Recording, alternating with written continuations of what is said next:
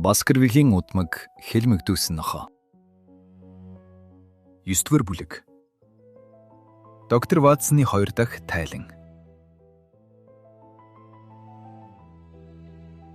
Ирхэм хооломсоо.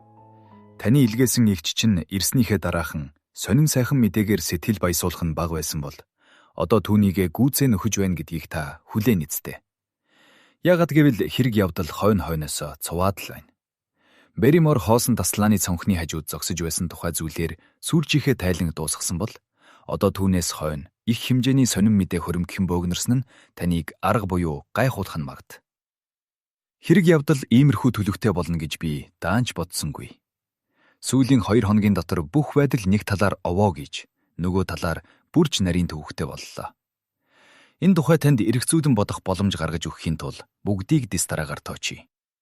Би тэр адал явдвартай шөнийн маргааш нь эртхэн босож цайгаа уухийн өмнө Берриморын орж гарч байсан тасалгааг нягтхэн шалгаж үзлээ. Тэр цонх нь байшингийн бусад бүх цонхноос нэг зүйлийн давуу талтай юм. Тэр цонхоор харахад намайг ив илхэн харагдах юм. Нөгөө хүлэрт намайг маань тэр цонхоор харахад 2 модны завсраар алган дээр байгаа шиг бүтэн харагддаг бол бусад цонхоор харахад бараг харагдахгүй байр. Цэлийн харагдах хүлэрт намайг дотор хэн нэгэн хүнийг юм уу эсвэл ямар нэгэн зүйлийг харах гэж энэ цонхыг сонгож авсан байна. Тэр шүн тас харанхуй байсан болохоор юугаа харна гэж бодсон бол доо. Хайр дурлалын бяцхан хадуурл юм болов гэж санагдлаа. Берриморын царай зүсийг бодоход тосхоны аль нэгэн бүсгүйн сэтгэлийг татах боломж бүрэн байгаа тул энэ нь үндэсгүй зүйл биш шүү. Тэгээд өрөөндөө ирээд байж байтал нэг өрөөний хаалга онгойх дуулдлаа. Бодвол Берримор нууцгаа улзартанд явах нь тэр үз. Өглөөний туршил ингэж бодогдоод байлаа. Цаашдаа миний бодсон сэжиг ор үндэсгүй мэд санагдаж болохыг эс харгалзан танд мэдээлэхийн зүйтэй гэж бодож байна.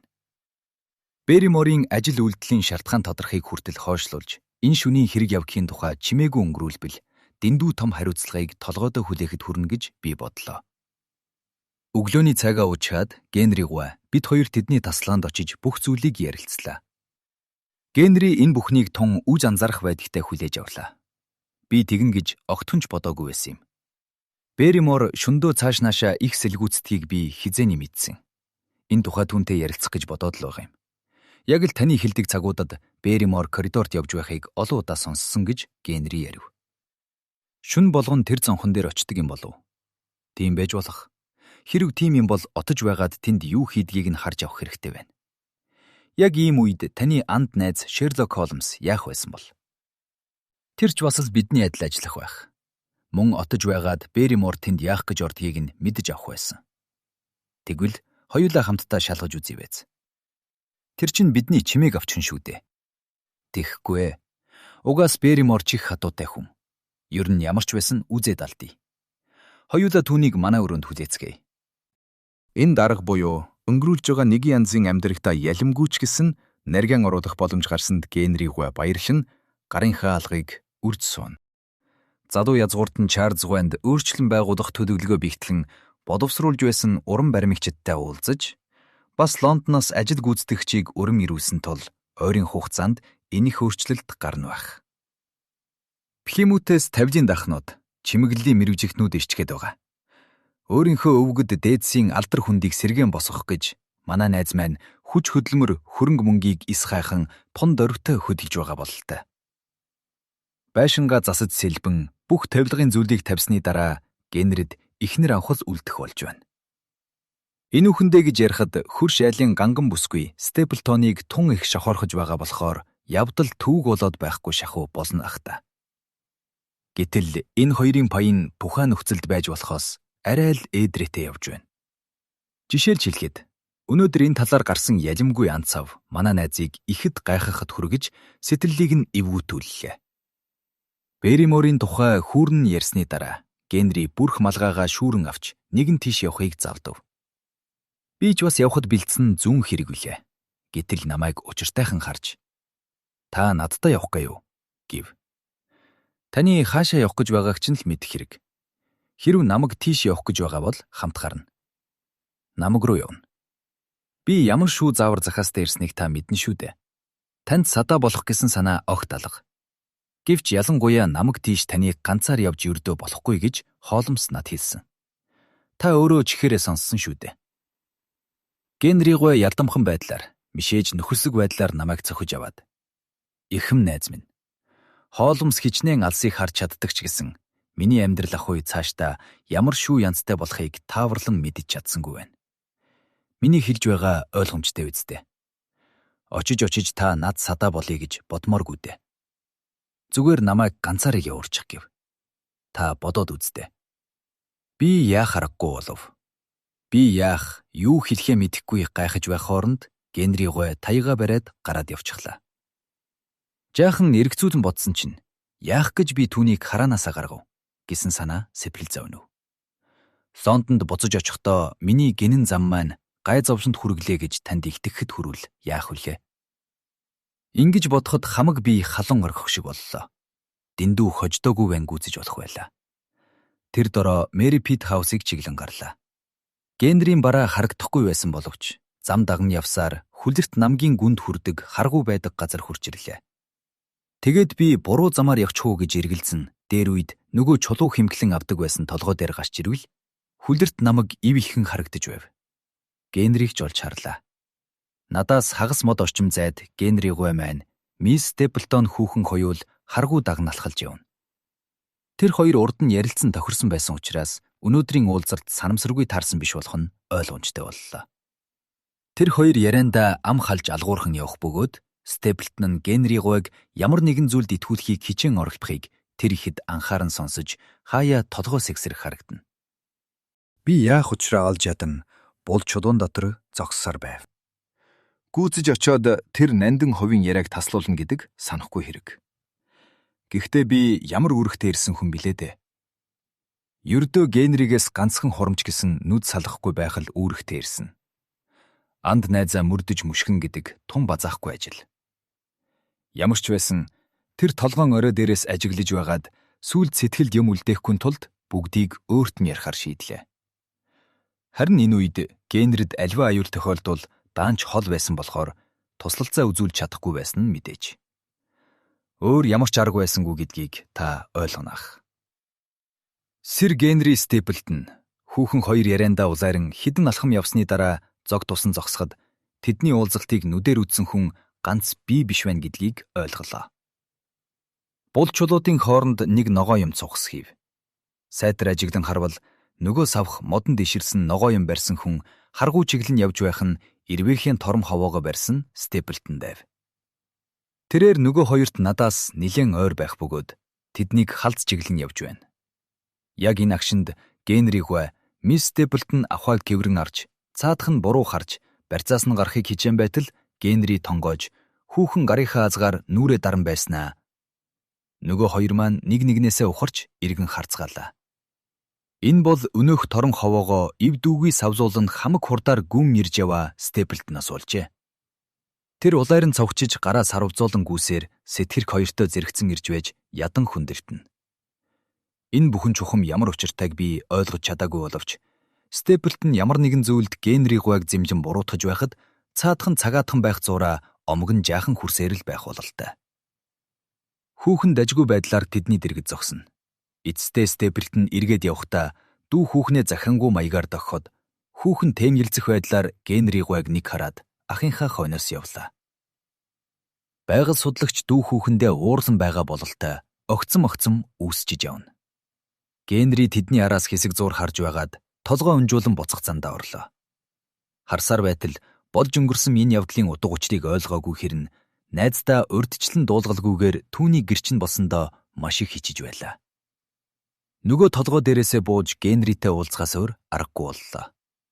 Хөмсөг зангидан уур хилэн нь бадарч царайн час улайсан бөгөөд юу хийх яах учраа олохгүй байгаа бололтой. Хөөй, Ватсон, хаанаас гараад ирвэ? Та чинь миний хойноос дагаад ирээ юу? Түүнийг ганцаарыг нь явууж болохгүй гэж бодоод араас нь дагаж явсаар тэр хоёрын уулзсан. Мөн түүний дараа болсон явдлуудыг цүмийг нь харснаа тайлбарлан хэлэхээс өөр аргагүй боллоо. Генригой намайг ширв татан харсан боловч миний ихэн далангуй ярьсанд баахан номхорч дурамчхан инээгээд. Энэ сүл нутагт амтан хүний нүдэнд өртөхгүй байж болмоор шиг санагдах юм. Тэгсэн чинь тэгдэггүй юм байна.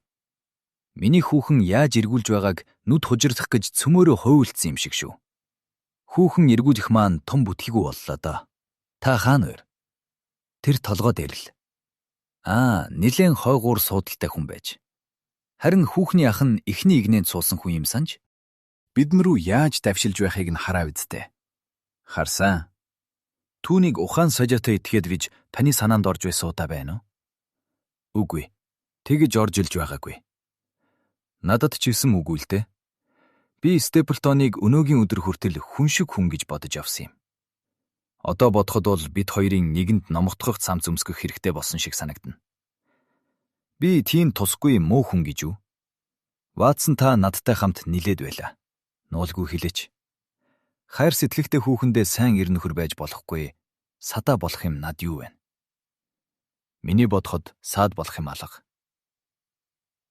Степлтон нийгэмд эзлэх миний байр суурийн хувьд энэ тэр гэх юм байхгүй болохоор хамаг зүйл надаас л болж байх шиг. Тэр чин надад ямар санаатай хүн юм бэ? Би чинь амьдралынхаа турш хүнд гим хор хийж яваагүй дээ. Тэр муу золигч нь намайг дүү хүүхэндээ ойр туулагч дургүй байх юм. Бүр тэгж хэлж байна уу? Тэгж байна. Бүр үүнээс даварсан юм ч ярьсан. Би энэ эмэгтэйтэй танилцаад хэдхэн 7 хоног байна. Хамгийн анхныхаа уулзалт дээрээс л тэр хүүхэн миний төлөө төрсөн хүн. Бас тэр өөрөө ч гэсэн. Өөрөө надтай байхдаа дуртай байсан. Энэ үнэн шүү. Бүсгүй хүний нүд нь ярианаас их зүйлийг хэлдэг шүү дээ. Харин ахмад бид хоёрын ойр дотн болоход саад тавьж байсан. Ганц өнөөдөр л нэг ивийн тааруулж ойрхон биеэрээ ярилцах гэсэн юм. Хүүхэн ч дуртай зөвшөөрсөн. Харин яах гэж зөвшөөрсөн гэж та бодож байна? Хоёр биеийнхээ хайр сэтгэлийн тухай ярих гэж зөвшөөрвөө? Холоо байна. Хэрв дийлдэгсэн бол намайг үгч дуурахгүй байх байж. Тэрний хэлдэг нь энд их аюултай. Намайг Баскервит холлоос яваагүй цагт санаа амахгүй л гэх юм. Би өөртөө ингэж уулзаж учирсны дараа хаашаа ч явахгүй. Хэрв явдгийн бол хамт явна гэж хэллээ. Нэг үгээр хэлэхэд би хайр сэтгэлийн үгээ хэлчихэн тэр. Яг энэ үед өнөөх сайн ах нь галзуу юм шиг давшилж давхиж ирээд хариуч хэлж амтсангүй өнгөрлөө. Ахийнх нь уур омог хурж цонхийж зайчихсан өнгөгүй нүднээс нь ёстой гар манилцаж байна үлээ. Би яачихсан хүн болж байна. Намайг хараад жигшгээс өөр юмгүй байгаа хүүхнийг эргүүлдэж ноцоод байдаг толгой хаана байна гин. Хэрэгм язгууртай яасан ч яадгин гэж би бодчих гин. Даанч ах нь биш байсан сан бол яаж хариулахаа би мэдхэлдэ. Миний бодол санаанд шившгийн юм алга. Аль нэгэн цагт Степлтон хүүхнийг өөрийн гэргий гэж нэрлэж явна гэж итгэж байгаагаа л хэлсэн. Ингээд ч нэмэр болсонгүй. Сүүлдээ миний уурч хүрсэн. Дүүн хажууд байхад жаахан эвгүй юм боллоо. Тэгээд нөгөөдөг чинь дүү хүүхнээ дагуулж архин алга болоход би мэл гайхаад хоцохыг та өөрөө харсан газар. Одоо Ватсон, та энэ бүхний өчрийг надад тайлж өгвөл ачийг чинь насандаа марташгүй байна. Би бас л элдв янзаар эргүүлж хургуулan бодсон боловч үннийг хэлэхэд бас л баггүй гайхлаа. Миний найзын зэрэг хэрэгн, баялаг эд агуурс, залуу нас, зан төлөв, гадаад төрх байдал, эд бүгдээрээ түүний сайн сайхныг үзүүлэх юм. Хэлсэн хүн, эдний удамд хадагдсан нөгөө домгоос өөр муу юм даанч алах шиг санагдана. Нэрэ хачин да. Хүүхний үнэн хүслийг огт харгацалгүйгээр Генри гуайн зорьсон санааг ингэж няцаана гинэ. Хүүхэн ч гэсэн энэ бүх үйл явдлыг мэдсээр байж тэгж хөндөй байдаг нь бас хажихалтай. Энэ үед бидэнд төрсэн эргэлзээг Степлтон тэр өдөртөө нэг тийш болгоод өглөө. Тэр бээр манад ирж болох зан гаргасныхаа төлөө уучлалтгүйгээд Генри хоёул өрөөнд нь удтал яригдсан сууж муудсан явдал огт алга болж. Дараачийн баасан гарагт Мэри Пит хауст очиж үдийн хоол идэх хөрлөг авцгаалаа. Генри гуайн өгүүлгэн. Би түүнийг хүн шиг хүн гэдэгт эргэлзэж дуусаагүй л байна. Өнөө өглөө биднийг давшилж байсан нь одоо хэрн нүдэнд харагдаад байна. Гэвч юмд үнэн хэрэгтэй. Ой тойнд ортол уучлалт гуйсан. Сонжих юм ердөө алга гэлээ. Яагаад тэгж цочмог ууралсан гиндэ тэгэд? Дүү хүүхэн нь түүний ганц нарны юм байхаа. Энэ ч ойлгомжтой хэрэг. Дүүгийнхээ үн цэнийг мэдэж байгаад нь баярсан. Энэ хоёр насан туршдаа хамт амьдэрсэн. Хэрв хэлж байгааг нь үнэмшвэл өөр хамаатан садангүй болохоор дүүгээсээ салж хордно гэж бодохоос ёстой барьц тавьдаг гин. Миний хайр сэтгэлтэй босныг тааварлаж мдээгүй байсан бол л та. Ийм байдалтай болсныг нүдээр үзхийн хамт дүү хүүхнээ хүндий рүүж холдуулах нь гэж бухимдаад бие барьж дийлсэнгүй юм байх. Энэ талаар үнэхээр харамсаж, Степертон шиг сайхан бүсгүйг дандаа дэргэдээ агч байж болох юм шиг сансан нь мангар мөртөө хар амиа бодсон хэрэг гэж хүлээж байна. Заавал салж хүндийрэх учиртай юм бол салгадаг хүн нь бий. Өөрөөр хэлбэл айл аймгийн хүн байг. Ямраарч бодсон энэ бол том цохилт болно. Дав даруй энэ байдалтай эвлэрч чадахгүй ч байх. Ойрын 2-3 сарын турш хайр сэтгэлийнхээ тухай дүү хүүхэнд дурсалгүй зөвхөн үерхэж байх төдийгөөр хязгаарлагдж байвал бидэнд саад тодгор тавихгүй гин. Би ч чадна гэж амлаад ингээд л дууслаа да гэж ярэв. Бидэнд учирсан бяцхан нууцуудын нэг нь ингэж задардаг байна. Бидний тэмтчиж яваа энэ бамбарцуурын ёроолыг хөлөөрөө тэмтгч үзнэ гэдэг маань тоглоом нарийн төдий эд бишээ. Генри Гуа шиг хин ч атаархмаар ийм сайхан хүнээс дүү хүүхнээ харамлаад байсны шалтгааныг одоо мэдэж авцгаалаа. Одоо би энэ бөөгнөрсөн орооцолдоо дотроос салгаж гаргасан өөр нэг шижим утасны тухай ярина. Шөндөө мэгшин ойлгох чимээ. Берримор авахын нүд бүлцийсэн байдаг. Намаг тийш гарсан цонхтой өрөөнд зарц үгэн шөндөө хачирхалтай зугаалах хийдэг асуудалд шилжий. Ирхэм хооломс минь. Өөрийнхөө туслагчид урам хугарсангүй гэж хэлээд надад баяр хүргээрэй. Та миний биеийг энэ рүү илгээж итгэсэн итгэл тань магад биелнэ. Ээлжид энэ нэг онцгийн учрыг ганцхан шөнийн дотор олсон.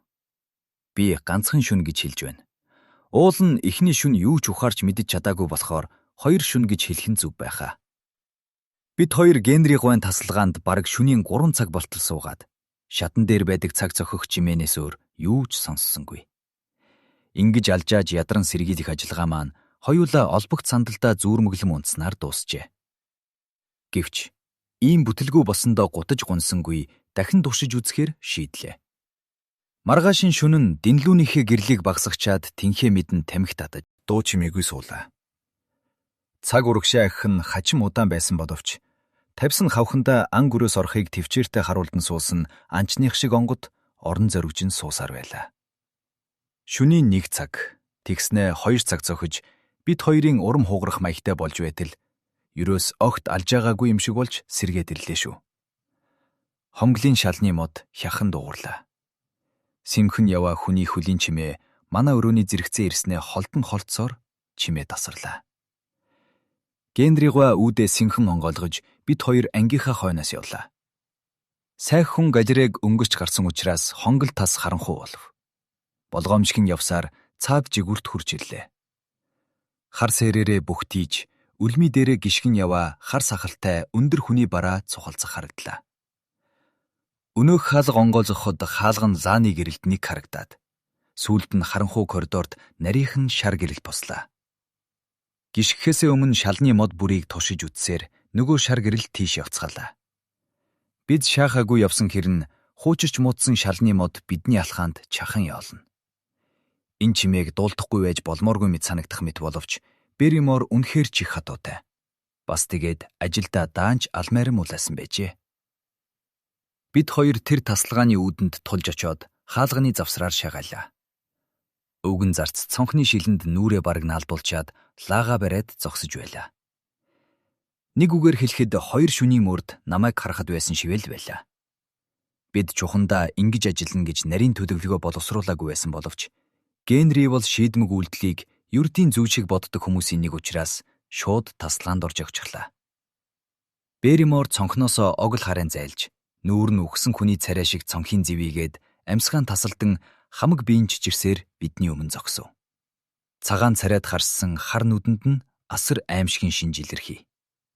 Дэмийл бид хоёрыг ээлжлэн харж байр. Берримор, та энд юу хийж байгаа билээ? Юу ч хийгээгүйгээд айн сандарсандаа хилэн зууралдаж. Барьсан лан чичирхийлэн байшингийн дээвэр туургаар богино сүдэр тусгана. Цонхол бүгд хаалттай байна уу үгүй юу гэж шүндө шалгадаг юм. 2 буур давхарт хүртэл шалгадаг юм уу? Тийм ээ, бүгдийг нь л. Генри Гуа гүдсгэн байдлаар. Берримор, та сонс. Бид танаас үннийг дуулах гэж шийдсэн юм. Тэгэхээр бүх зүйлээ хичнээн хурдан хүлээвэл танд дээр байх. Алив, битгий тулах тойруулаад бай. Танд энд юу хэрэгтэй байваа гэлээ. Зарц заргагүй байдлаар биднийг харж балмагцсандаа гар зангидан зогсно. Би муу юм огт хийгээгүй. Цонхонд лаа барьсан юм. Цонхонд зааны гэрэл гаргаж явах гэсэн юм. Генригва та бүү асуугаач. Битгий асууж үзээч. Энэ бол миний нууц биш юм. Би зад хичвэрлдөө болохгүй. Нууц зүйл ганц надад хүртээлтэйсэн бол танаас юухан ч нуухгүй байсан. Гинт миний ухаанд нэгэн бодол бууж цонхны тавцан дээр тарьсан лаг шүүрн авлаа. Энэ лав нэг янзын дөхөө байхаас гарахгүй. Ямар нэгэн хариу дөхөө өгөх хэсгийг үзэлдэ гэж би хэлээд барь морийг дуурайж лаага цонхны шилэнд бараг тулган барьж гүн шөнийн тас харанхуйг ажиглан харлаа. Сар пүүрний цаагуур орсон тул анхандаа цовж ургасан хэсэг модод бараантан харлах намгаас өөр харагдах юмгүй байв. Гэтэл цонхны дөрвөлжин шар хүрээн дотор шөнийн харанхуйг нэгтгэн бяцхан шар гэрэл тодорход би баг хансандаа дуу алдчихв. Хараач тэрийг. Үгүй. Би чинь үннийг гэж Берримор зарц бовтнов. Ватсон, лаага баруун тийшээ хөдлөө гэж Генригвэ тушаагаад. За тэр харав. Нөгөө гал бас хөдлөхөө. Муу новш. Одоо бас мэлзэг санаа байна уу? Эн чин нууц дохой байна. Хуйлдаач чинь ямар хүн бэ? Та нар юу өдөөх гэж байгаагаа хэлж игив. Зарц санаа шулуудсан байдлаар Генригвэг харан зогсно. Энэ бол миний хувийн хэрэг явдаг. Танд үнэхээр хүртээлгүй. Би танд юу ч хэлэхгүй.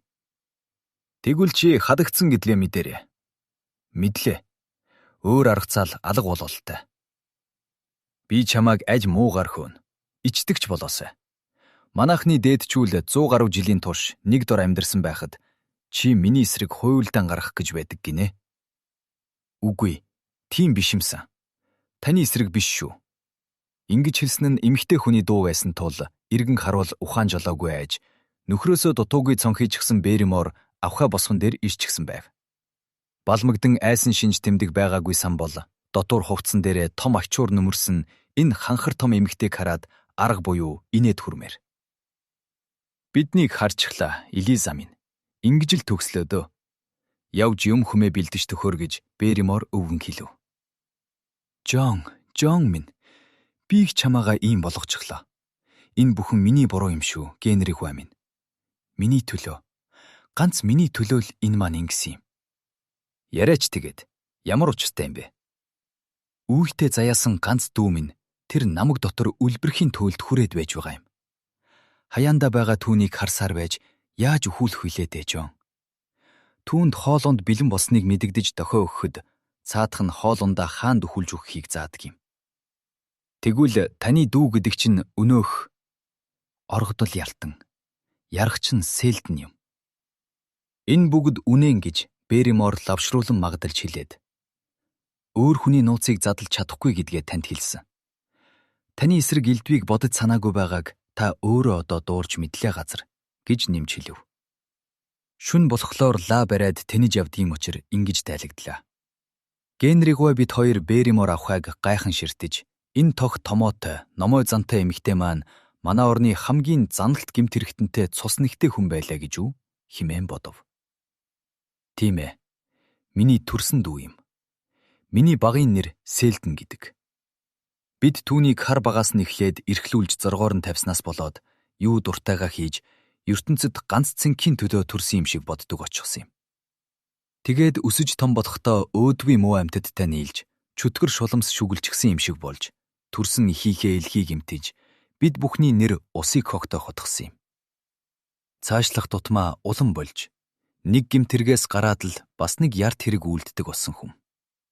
Дүүжлэгдэхээс түүнийг юу аварсан юм бэ гэвэл ганц бурхны ивэл аварсан байх. Миний хувьд бол игчин гэж бүүвэлж өсгөж хамт тоглож байсан буржгар үстэй дүү минь. Хിവэрэ байгаа шиг санагдах юм.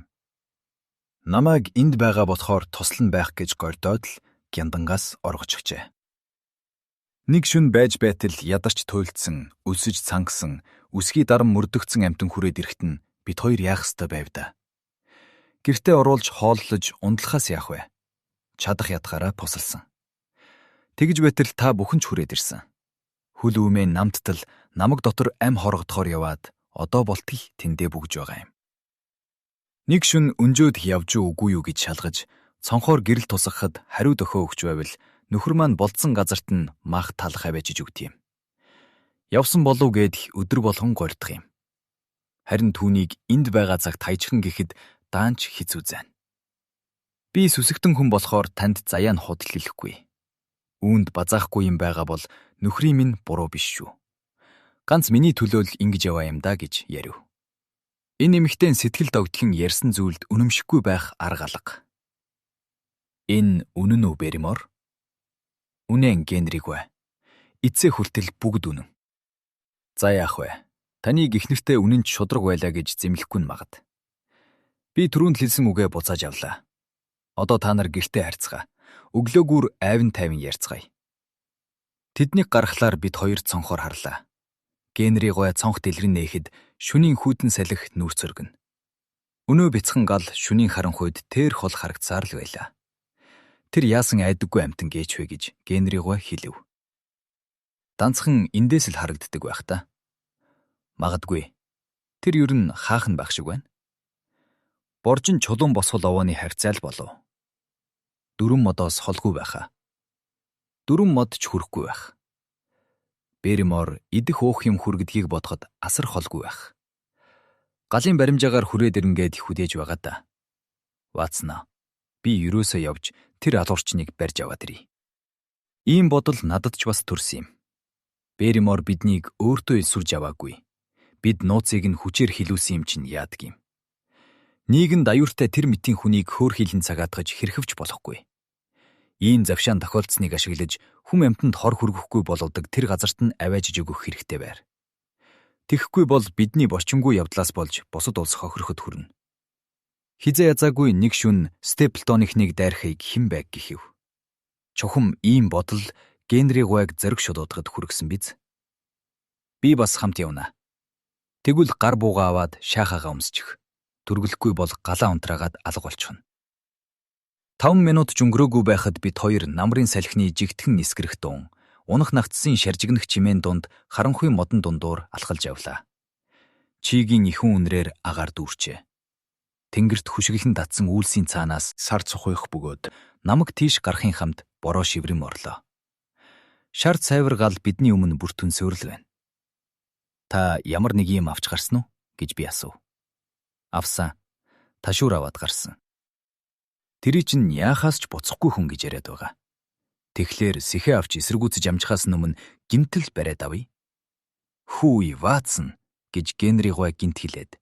Хонсхва юу гэх байсан бол муу юн дагнан эзэндэж байдаг шөнийн цагт гэж хэлснийг санаж байна уу гэв. Яг түүний хэлсэн үгэнд хариу болох мэт 2 хоногийн урд Гримпиний бамбалзуурын орчимд намайг үнэхээр тайхахад хүргэсэн өнөөх хажирхалтай дуум харанхуй намгийн тэртээ асад дуулдлаа.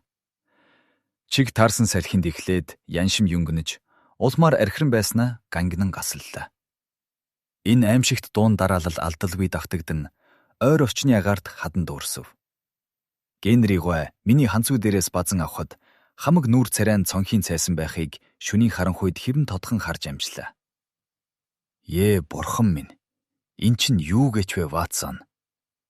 Би мэдэхгүй юм. Энэ намагт ийм дуу гардаг л гэж амтан ярилцах юм билээ. Би үүнийг дуулж л байсан да. Өдөх дуу нандаж нам гүмхэн боллоо.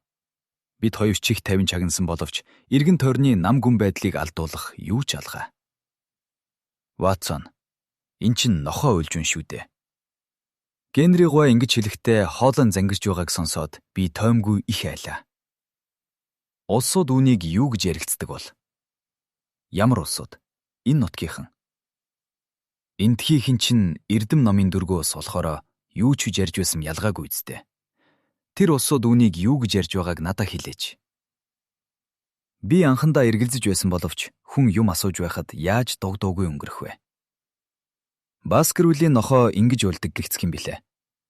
Генригвэ гиншим уруу царайлж хэсэг чимээгүй байснаа. Яг нохоо л ингэж үлэх ёстой. Нилээн хол. Тэр талд бололтой юм уу да? Гэв. Өдөх дуун хаанаас гарсныг би мэдсэнгүй шүү. Салхинд ингэж дуулдаж байгаа юм. Гримпиний бамбалзуур хаан байна. Тэр мөн үү? Мөн. Тэр чигээс л дуулдсан. Ватсон та болооч дээ. Та ч гэсэн нохоо уйллаа гэж л бодож байгаа шүү дээ. Би ямар хүүхэд биш. Үннийг хэлэхээсээ бүү зовооч. Эртүүд би Степлтонтай хамт явж байсан.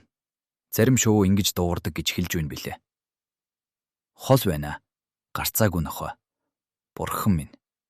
Тэр хоосон балаа ярианд багч гэсэн үнний хөв байна гэж үү? Үл ойлгогдох ямар нэгэн аюул надад занл хийлж байна гэж үү? Ватсон, та үүнд итгэдэггүй үсттэй. Үгүй.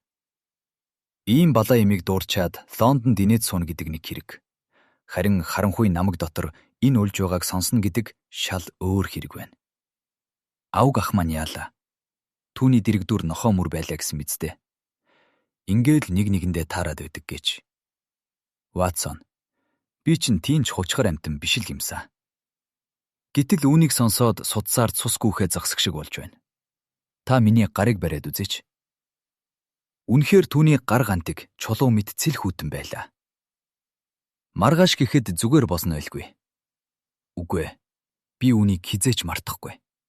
Одоо хоёулаа яах вэ? Гэрлүүгээ ирэх хүүдээ. Хаа настаа. Тэр навшийг барихаар барья. Та бид хоёр орогдол ялтан хөөцөлдөж, тэр аимшигт нохоо биднийг хөөж авах хэрэг байх. Тамийн аль муу юм босхон энэ намгийг нөмрөөд ирлээч гэсэн ухарна гэж ярихгүй дэхөө. Явцгаая Ватсон. Алхах бүрийдээ бүдчим урагс ажиллахад асгат толгодын бүдэг бараа баруун зүүн хажуугаар эрвид сэрвийн харагдана. Бяцхан шар гарч бас л харагдсан. Шөнийн газар даанч хуурамч байдаг болохоор нөгөө гар нэг үе тэртээ алсад сүүмэлзэн харагдсанаа хитгэн алхмын цаахан байгаа юм шиг ялтай. Хадны завсар суулган тогтоож сет шатсан энэ ла хөндлөнгийн хүн ба салхинаас халахлагдах мөртөө Баскервит хооллын тэндээс илхэн харагддаг юм байна. Бид түүнд ойртон очиж том боржин чулуун хадны ард нуугдан сэм өнгийж харлаа.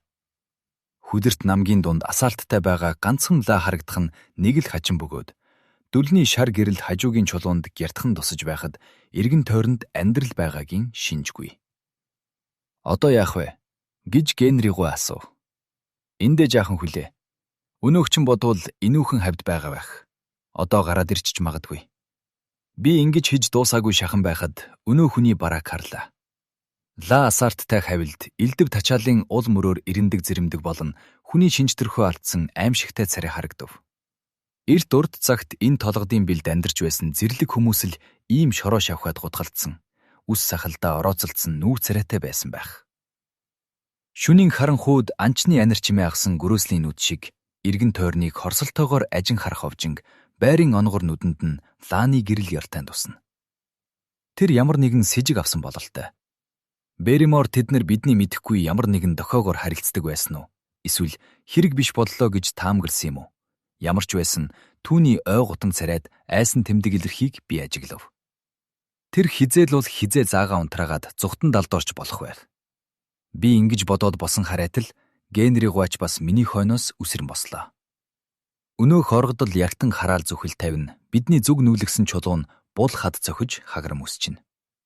Аз болоход яг энэ үед цаанаас цухууж бид нэгэн толгойг өгсөн гүүхэд өнөөх оргодол билийг дагаж хад чулуу дамжин янгэр ямаа шиг харайлгаж гарлаа. Онож буудвал түүнийг шахтууж болох байсан боловч би гар мохор хүний араас буудах гэсэндээ биш, бие хамгаалах гэж гар буугч гарсан учраас буудсангүй. Бид хоёрын хин хин нь бузгай гүйдэг ус боловч түүнийд яагаад ч гүйцэхгүй юм байна гэдгээ төдхөн ойлголоо. Өнөөх маань сарны саруулд харагцаар байснаа сүүлдээ тэртээ толгодын билийг даган хурдан холдох бяцхан цэг болон бүдгэрсээр харагдахгүй боллоо. Бидний хоорондын зай улам нэмэгцээр яваандаа бид хоёрын тамир тасан сүлдэж алга болон холдож байгаа түүний хойноос ширтсээр чулуун дээр сууцгаалаа. Яг энэ үед огт санаанд оромгүй гайхмаар нэгэн явдал болов. Бид үр ашиггүй хөөцөлдөхөө болохоор шийдээд босоцгооход баруунаа хэлбийсэн дүгрэг сарны гэрэлд боржин чулуун босгол овооны эрвэн сэрүүн орой тотхон харагдана. Гэтэл зандан модоор хийсэн хөшөө мэт хөдөлгөөнгүй зогссон нэгэн хүний бараа тэр овооны оройд үзэгдэв. Хооломс, та намайг хинээ тусаа юу гэж бүү бодоорой. Би нүднийхээ хараанд магад итгэж байна. Туранхай биетэй өндөр нуруутай тэр хүн хөлөө ялимгүй алцайлхан тавьж хоёр гараа цээжиндээ зөрүүлэн барьж урдаа цэлэн харагдах хүдэр ба боржин чулууг бодол хийлэн харах мэт тонгоон зогсно. Эндэх намгийн сүнс надад имбиж дайралтдаг байна. Тэр бол өнөөх оргодол яртан бишээ. Оргодлын далд орсон газраас тэр хүн хамаагүй хол газар байлаа. Бас ч тэгээд нуруугаар өндөр хүн. Би тутгамдан дуу алдаж Генри гой руу эргэлж гараас нь дарж аваад харахад ганцхан секунд хугацаа өнгөрсөн боловч нөгөө хүн зайлж амжжээ.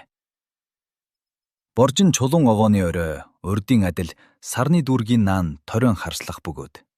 Харин нөгөө хүний дүс алга болсон байв. Би тэр дорн явж очиод нөгөө овоог үзье гэж бодсон боловч бас нэлээд зайдуу байхын гадна Генри гойч өр худмын өнөөх домгийг сэргээсэн нохоон уйлах дуун дууснаас хойш бүрэн тайвширч чадсангүй байв. Тэгээд ч тэр хүний барааг нүдэрээ үзээгүй болохоор энэ хачин зүйл төдийл сэтгэлгийг нь татаж чадахгүй байсан биз. Харуул байхдаа хоригдол оргосноос хойш энэ намгаар харуул дүүрэн байгаа юм гэж тэр хэлв. Генри гойн хилдэг зүв байж ч магад. Гэвч үүнийг магдахын үцгийг би гүнээх хүсэж байна. Оргосон хоригдол нь хаана нуугдаад байгааг өнөөдөр чангалан хорих газарт мэдэгдэнэ. Харин бид түүнийг өөрсдөө гардан баривчилж, гянданд нь ёс төртөөгөр хүргэж чадаагүй маань тоогүй хэрэг боллоо. Эрхэм хооломс минь. Сүүрчийн нэг шөнийн дотор болж өнгөрсөн хэрэг явдал ийм байна. Эдвэрийн тухай тайлан бүрэн дүүрэн гэж та ойлгоорой. Миний ярьсан зүйлийн ихэнх нь бидний сонирхож байгаа хэрэгт огт холбогдолгүй боловч бүх баримтын зүйлийг танд мэдээлэх нь зүйтэй хэмээн үзв. Хэрэгтэйг нь та өөрөө ялган авах буй за. Юу ч гэсэн бидэнд багасгаан амжилт байна. Эрин Берриморийн авир төлөвийн учир шалтгааныг олсон байдлыг нилээд тод болгов. Гэвч хүлэрт намаг түүнд байдаг хажин амьтдын нууц задраагүй хуучин хിവэрэл байгаа. Дараагийн загталтаа уул нууцын хүчгийг ялимгүй сөхөх болов хэмээн найдана. Ер нь та өөрөө хүрээд ирвэл хамгийн сайн сан.